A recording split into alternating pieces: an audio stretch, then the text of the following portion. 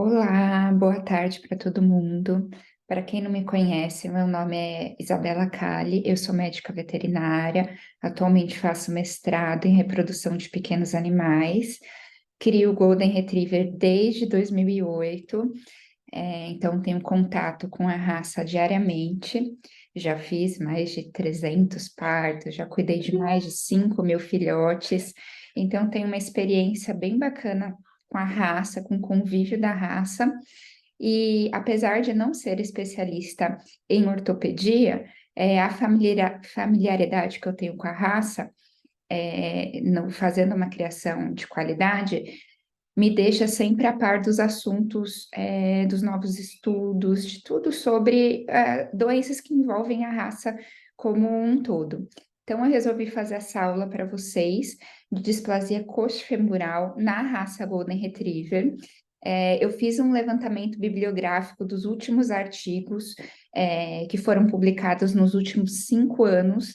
Então, tudo que a gente tem de novo, referências bibliográficas, o que que a gente tem no diagnóstico, o que que é oficial, o que que não é, quais os tipos de tratamento mais modernos, qual que é a melhor forma para a gente prevenir a displasia coxofemoral efetivamente. Vamos falar um pouquinho dessa doença que tem muita gente falando, muita coisa e pouco entendimento realmente sobre a doença.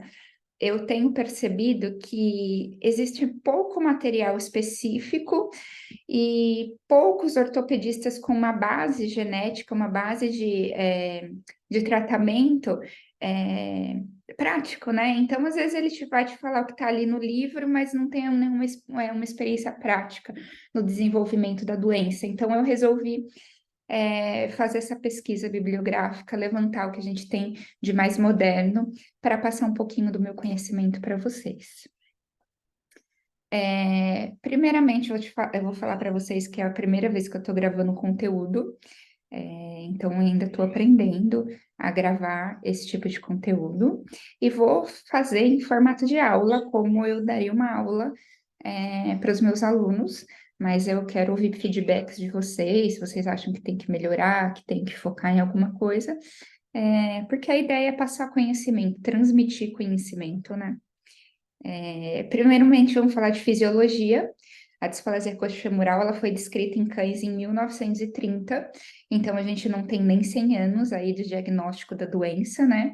O diagnóstico radiográfico passou a ser implementado em 1950, e nessa linha do tempo aí, em 1966, que a gente descobriu que todo esse processo de displasia coxofemoral estava diretamente ligado à frouxidão articular, né? Então, você vê que de 30 para 66 que a gente teve um pouquinho de elucidação, né, de conhecimento a mais sobre a doença.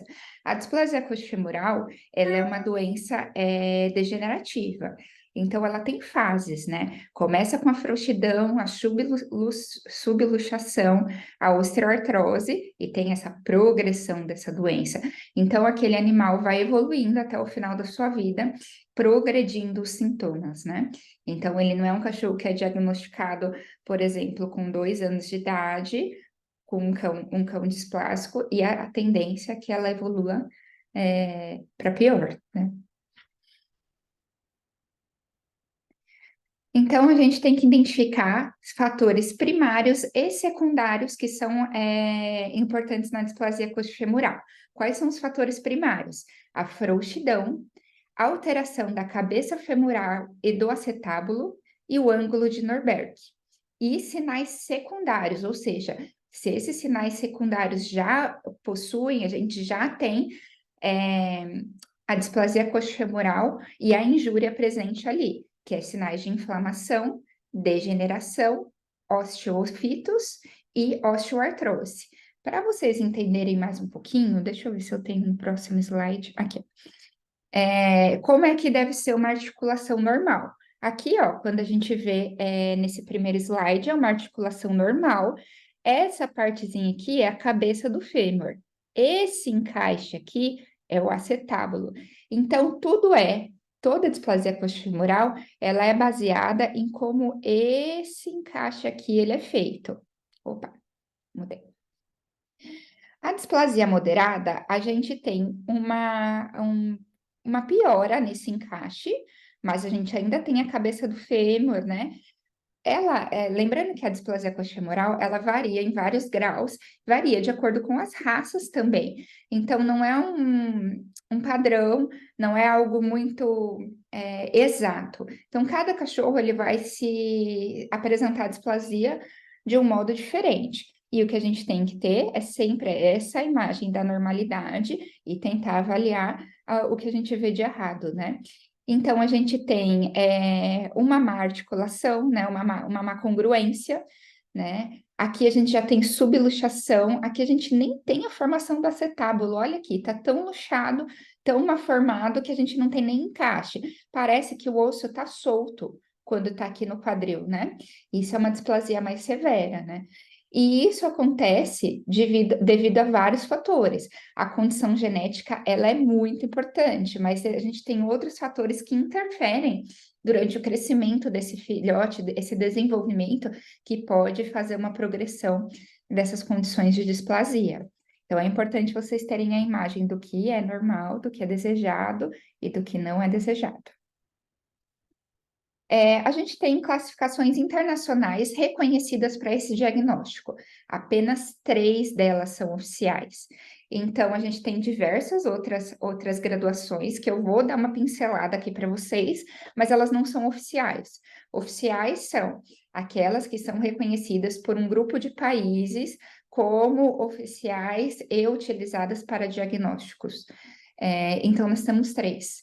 FCI, a FCI é a que a gente usa aqui no Brasil, ela é usada na Europa, na Rússia, na América Latina, em alguns países da Ásia. Então, ela é a que é usada pelo maior número de países hoje no mundo. A FCI, ela tem a identificação oficial a partir dos 12 meses. Então, aquele diagnóstico oficial é dado aos 12 meses de idade. A OFA, ou FA, ela é utilizada nos Estados Unidos e no Canadá. A identificação oficial é a partir dos 24 meses de idade. E o BVA é usado na Inglaterra, é o The Kennel Club, é utilizado na Inglaterra e alguns países próximos à Inglaterra que têm um fácil acesso ao The Kennel Club acabam usando como oficial, e a identificação é a partir dos 12 meses de idade. Eu vou explicar para vocês um pouquinho de cada um deles, como é feita a graduação. No final da minha palestra, eu vou deixar todas as referências, todos os artigos que eu usei para montar e para falar um pouquinho dessa doença para vocês.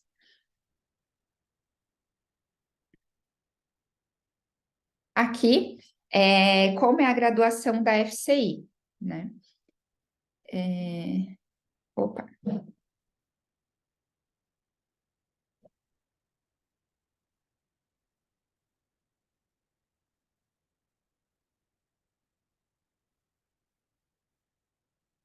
eu quero ver se está gravando.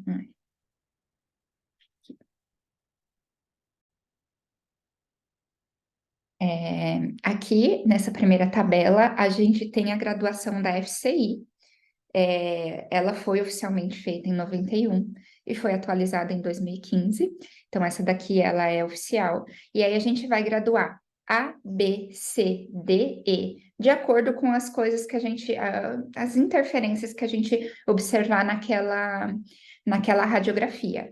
Então, a radiografia da FCI e da OFA e do BVA são o mesmo posicionamento. O posicionamento é ventro-dorsal, exatamente como eu mostrei naquela imagem de como deveria ser. Então, a gente vai deitar, posicionar o cachorro e bater uma radiografia ventro-dorsal para conseguir avaliar.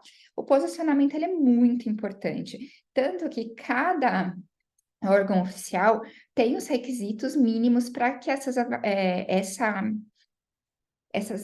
radiografias possam ser avaliadas de forma correta. Então, a sedação, o posicionamento, o momento em que é tirada essa radiografia é muito importante para essa graduação. O mau posicionamento, ele não deve ser avaliado. Então, o radiografista, ele não deve avaliar, ele deve falar, olha, ressubmeta esse animal, pois essa avaliação não está digna, essa radiografia não está digna para a gente avaliar.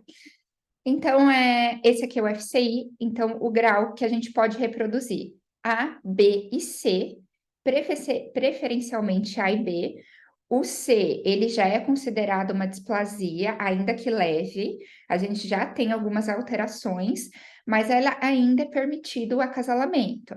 Aí as pessoas me perguntam, Isabela, se tem algumas alterações, por que que ainda é permitido o acasalamento? Lembra que eu falei para vocês que existem questões genéticas ainda e que não é um exame, que ainda é um exame subjetivo, que não é um exame de DNA que vai te fornecer o que carrega e o que não carrega? Então, exatamente por isso, às vezes um cachorro que é graduado grau C, com um pouquinho de irregularidade a mais, ele tem uma produção de cães superior a um cachorro que tem grau A, mas que acaba passando mais aquele gene de displasia, que na verdade são vários genes, é um conjunto de aproximadamente 18 genes, então eles ainda não foram isolados, a gente tem ainda a questão multifatorial, ou seja, ganho de peso, desenvolvimento adequado desse animal, exposição à luz solar, à vitamina C, que interferem nesse crescimento. Então, é muito mais complexo do que uma receita de bolo, do que alguém chegar e falar: ah, eu só tenho cães A e B, eu vou reproduzir, pronto, a minha parte eu fiz. É um pouco mais complexo que isso, por isso que eu estou tentando explicar para vocês.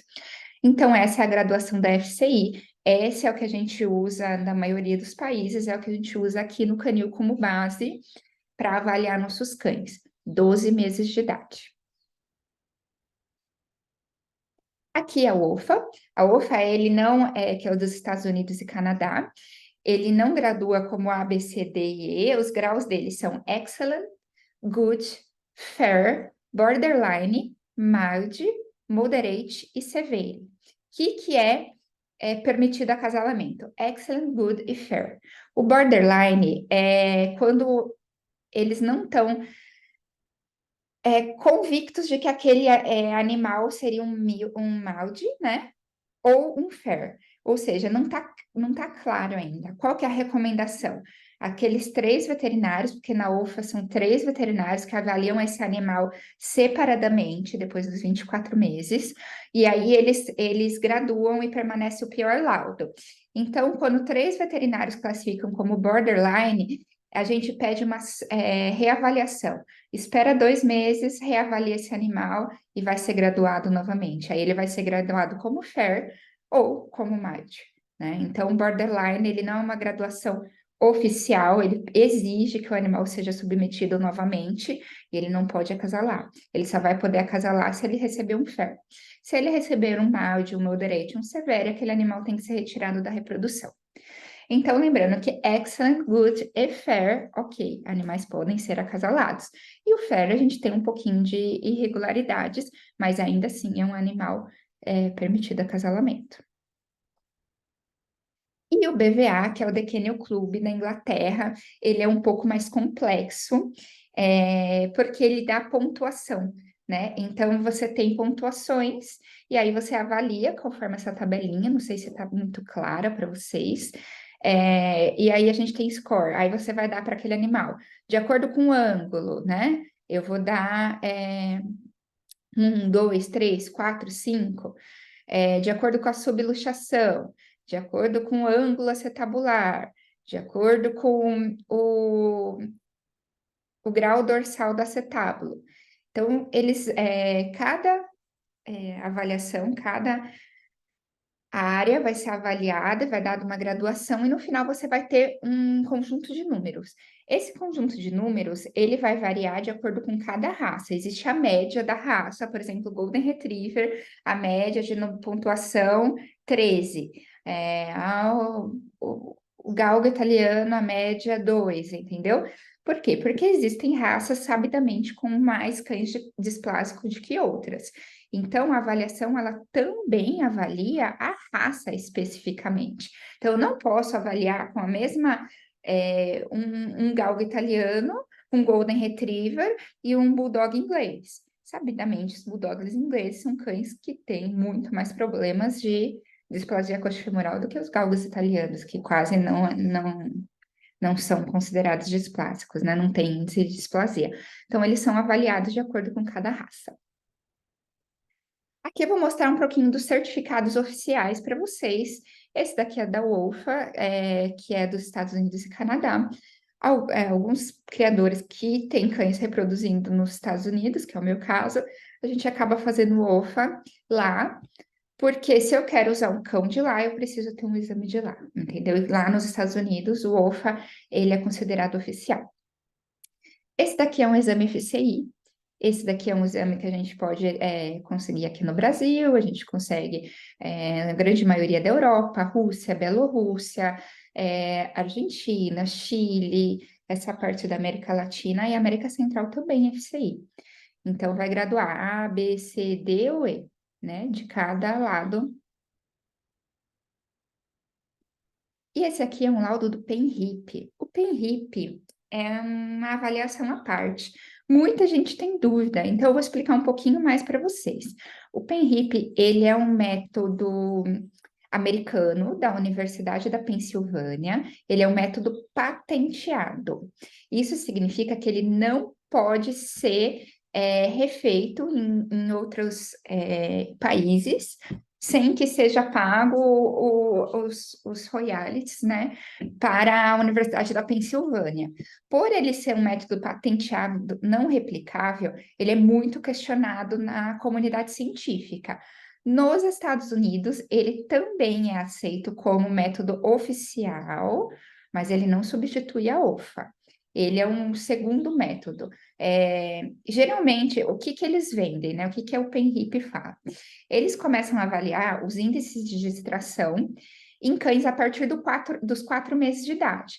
Então, a ideia do método, ele é bem legal, ele seria para que a gente conseguisse diagnosticar esse animal com 4 meses de idade, ao invés de esperar os 12 meses, na grande maioria dos países, ou os 24 meses nos Estados Unidos, ou seja, ele seria um método mais precoce.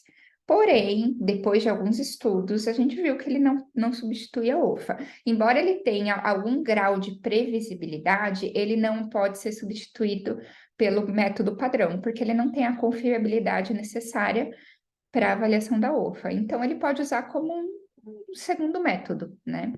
Mas ele é bem questionado por causa de ser patenteado e de não poder ser refeito nos outros países, né?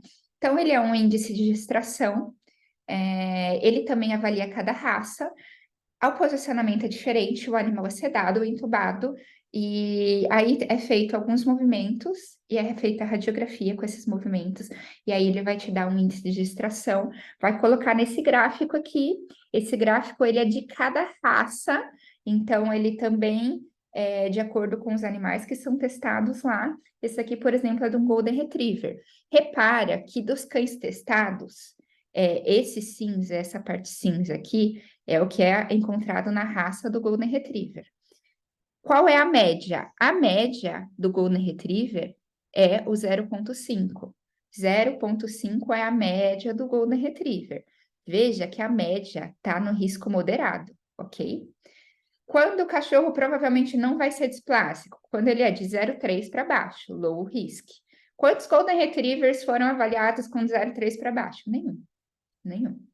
É um índice muito difícil de ser conseguido, não é a média para raça. Logo, né, não avaliando assim, como você não tem baixo risco para média, para raça, quer dizer então que nenhum cachorro vai ser avaliado sem displasia, não. Mas, de acordo com o PENRIP, a maioria deles tem um risco moderado. Nesse cão aqui, que é só um exemplo que eu peguei para vocês, esse cachorro tem um índice de distração de 0,87, ou seja, risco elevado dele ter displasia quando ele tiver 1 ano, ou no caso do PENRIP, a gente fala 2 anos, porque eles estão se baseando na OFA, que é 2 anos de idade, né? Então, por isso que o PENRIP é muito questionado. Existe uma linha de pensamento que é a favor de uma cirurgia chamada sínfise púbica, que é uma pré-cirurgia no animal que é feito com 4 a 6 meses, baseado nos estudos desse PENRIP, que tem a intenção de diminuir uma possível injúria e displasia. Se eu, Isabela Calha, acredito nesse tipo de método, não. Eu não sou a favor da sínfise pública, eu não acredito no PENRIP como um método precursor, um método diferenciado, eu não uso isso no meu canil, mas existem linhas de pensamento. Então, a gente está apresentando aqui para vocês as linhas de pensamento, assim como existe na medicina humana. Existe a linha anti-vacina, existe a linha de vacina. Cada médico ele tem uma linha de pensamento que é baseada em evidências científicas. Então, ele vai ter que explicar para você, para o tutor, qual que é a linha de pensamento que ele acredita ser o correto, que ele trabalha, e cabe a você, tutor, confiar nessa linha de pensamento dele, confiar no seu médico. Então, sempre busquem um profissional que passe esse tipo de confiança para vocês, que seja um profissional capacitado, e é ele o único profissional que está avaliando seu cão que vai poder te dizer quais são os melhores tratamentos e o que acreditar ou não, qual linha de pensamento você deve seguir, né? Então, essa é uma avaliação do PENRIP. Tem gente fazendo no Brasil, eu acho que no Rio de Janeiro tem dois locais que são autorizados, né? Ou seja, que pagam os royalties, que são treinados pela Universidade da Pensilvânia a realizar. Mas fora isso, eu desconheço. Esse daqui é do Beviado, que é daqui no clube. Olha que legal, eles têm quase 14 mil Goldens testados nos últimos 15 anos. Então, eles têm uma base de dados muito interessante. Em 2022 foram 897 Goldens, né? E testados nos últimos 5 anos, 5.360 Goldens.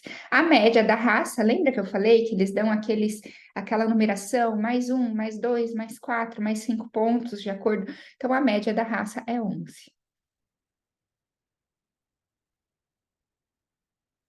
Existem esses outros métodos não oficiais, o PENRIP, que é o método não oficial, meio que oficial nos Estados Unidos, mais comum. Tem alguns métodos italianos que eu dei uma lida nos últimos artigos que eu achei muito interessantes, mas eles ainda não substituem o FCI, talvez daqui a algum tempo, mas eles se baseiam também em animais de 12 meses, na avaliação ventrodorsal, que é do professor Brass, do professor Mark Fluckiger, me perdoe se eu não sei pronunciar da maneira adequada, e do professor Willis. A gente tem a descrição desses métodos, eles podem ser repetidos, então cabe a parte de pesquisa refazer e fazerem mais testes nesses outros métodos para gerar a reprodutibilidade, né, desses métodos e eles serem usados como oficiais ou não. Qual é a grande importância para a reprodução? A importância de testar seu cão antes de reproduzir é imensa. O único método que a gente tem hoje para diminuir a incidência de displasia coxofemoral é testar os pais, avós, bisavós, ou seja, é uma sucessão de testes que são subjetivos, né? Que são nada mais que avaliações radiográficas. A gente já tem alguns estudos de DNA feitos na Ásia, principalmente, com alguns cães pastor alemão e malinois, que são cães de trabalho, que também têm índice de displasia, e eles estão fazendo sequenciamento genético. É muito interessante, então eles já descobriram bastante coisa, mas pelo que eu tive acesso, pelos artigos que foram publicados até agora, nos últimos 5 anos, no PubMed, a gente está muito, muito, muito distante de ter uma avaliação de DNA disponível para os cães, como fator preventivo mesmo. Talvez 20, 30 anos, por enquanto, né? A não ser que alguém tenha descoberto, esteja com alguma pesquisa muito avançada, eu acredito que antes nos próximos 20, 30 anos a gente não tenha nada em relação a esse sequenciamento genético. A gente sabe que é multifatorial, então a gente sabe que o piso que esse animal é criado interfere na progressão da displasia, que a alimentação que esse animal tem interfere, que o peso, a raça, o sexo interfere na progressão dessa displasia. A exposição solar interfere na progressão dessa displasia, a vitamina D, que é a absorção solar, interfere. Então, a gente não está falando só de deixar o seu cãozinho que vive no Brasil ter exposição solar, a gente está falando em animais que vivem em baixa exposição solar, por exemplo, nos polos, onde a gente tem meses sem exposição solar, né? E a gente tem esses fatores, né, ambientais, alimentares, e tem fatores também de excesso de exercício, de traumas, que também que dependendo da idade também interfere. Então, que a gente consegue fechar aqui para vocês de resumo? Precisa fazer exame de displasia no pai, avô, bisavô. Tem interferência de sexo, de cuidado, de alimentação.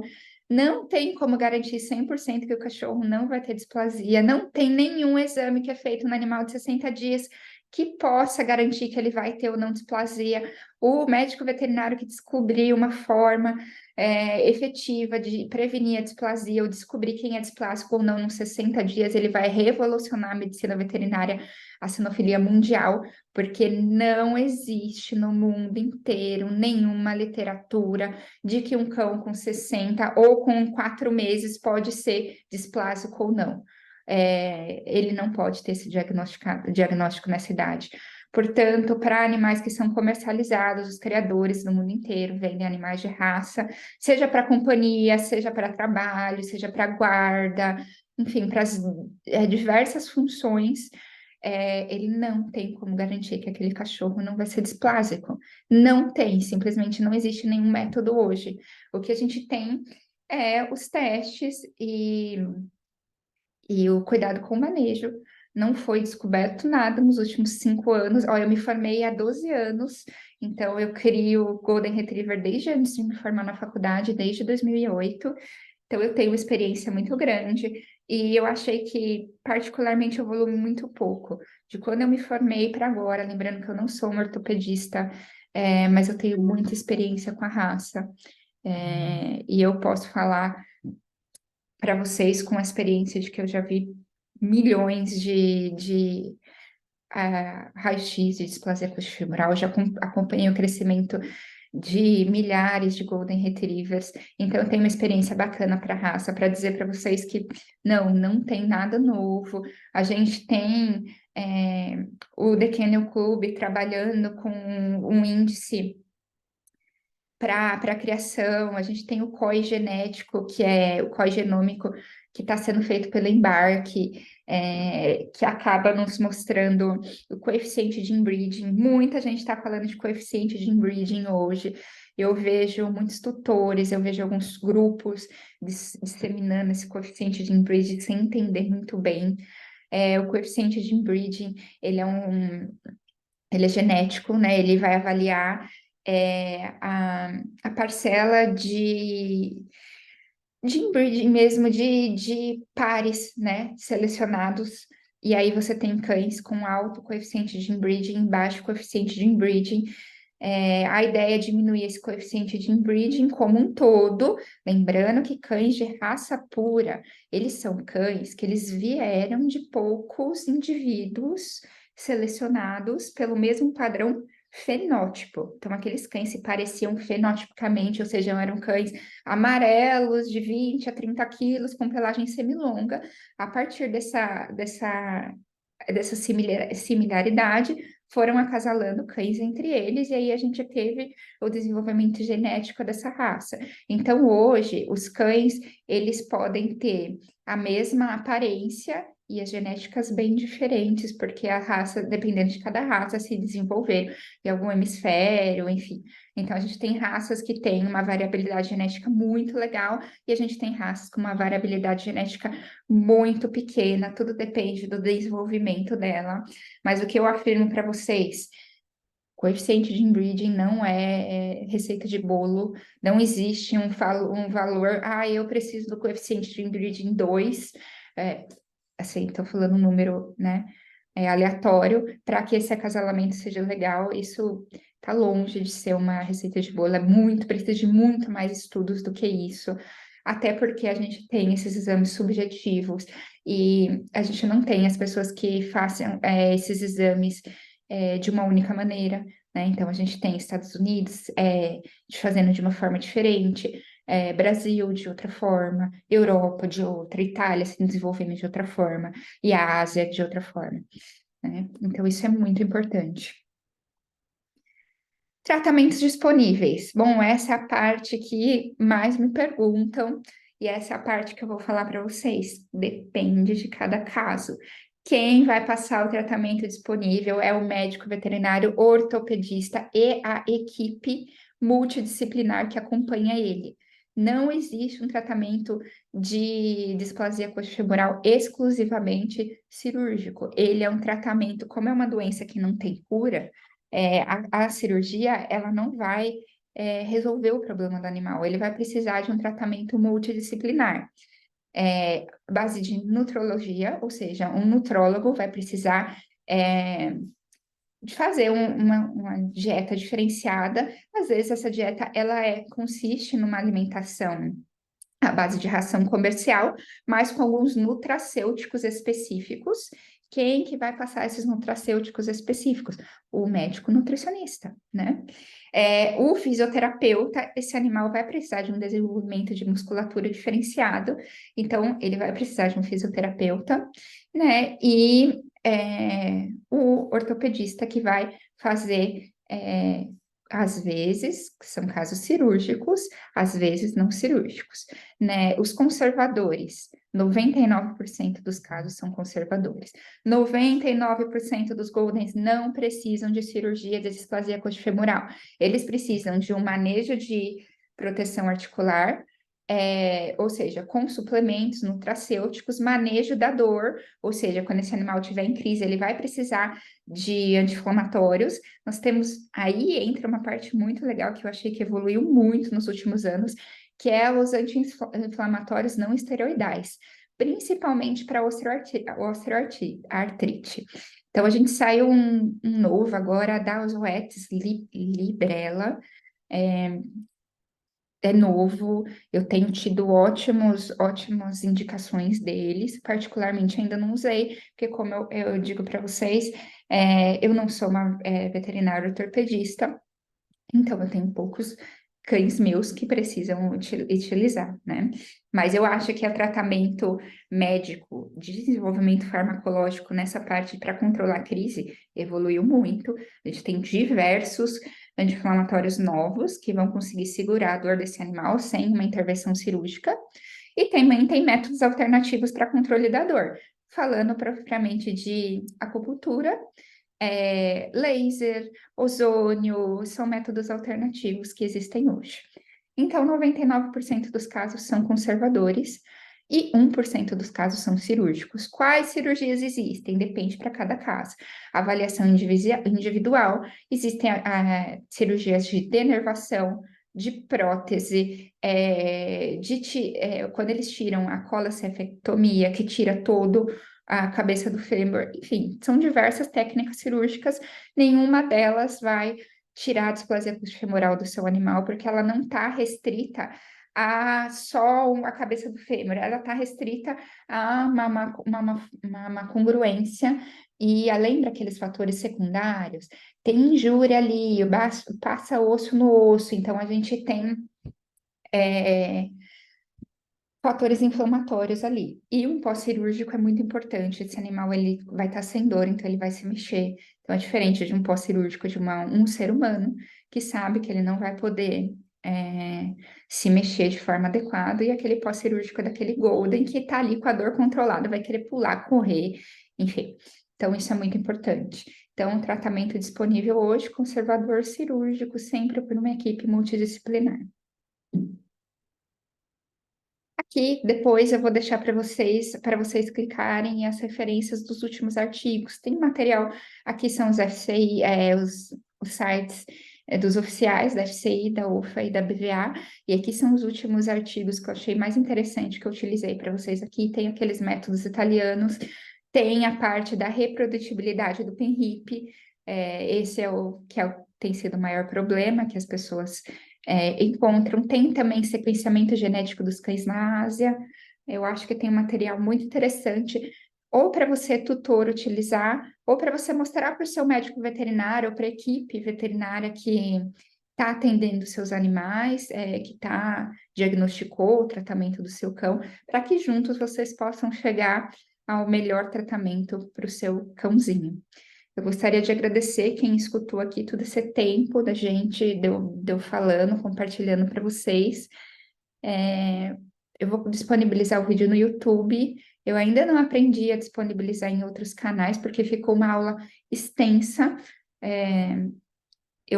Lembrando que eu sou médica veterinária, eu tenho um canil, eu sou mãe, então eu ainda estou aprendendo a criar conteúdo, mas eu quero criar esse conteúdo para vocês, porque eu acho que o conhecimento ele deve ser disseminado de forma gratuita para as pessoas. Quanto mais informação elas têm, mais aptas elas ficam a tomarem decisões. Então, eu estou querendo melhorar. Se vocês tiverem alguma dica, se você é alguém, Isabela, eu não entendo de medicina, mas eu entendo de vídeo, eu posso te dar uma dica de como melhorar, como tornar essa aula um pouco mais agradável, eu aceito. Então, obrigada a todos. Quem quiser entrar, acessar o site do nosso canil, é goldencali.com. A gente tem Instagram, lá tem bastante informação. Eu selecionei alguns artigos, porque na minha época, 12 anos atrás, a gente escrevia, colocava no site, deixava disponibilizado para vocês lerem. Agora, esse conteúdo é mais em forma de vídeo, né? As pessoas estão aderindo mais a esse tipo de conteúdo que pode ser escutado, e quando, enfim. E eu espero trazer mais coisas sobre o Golden Retriever para vocês. Muito obrigada.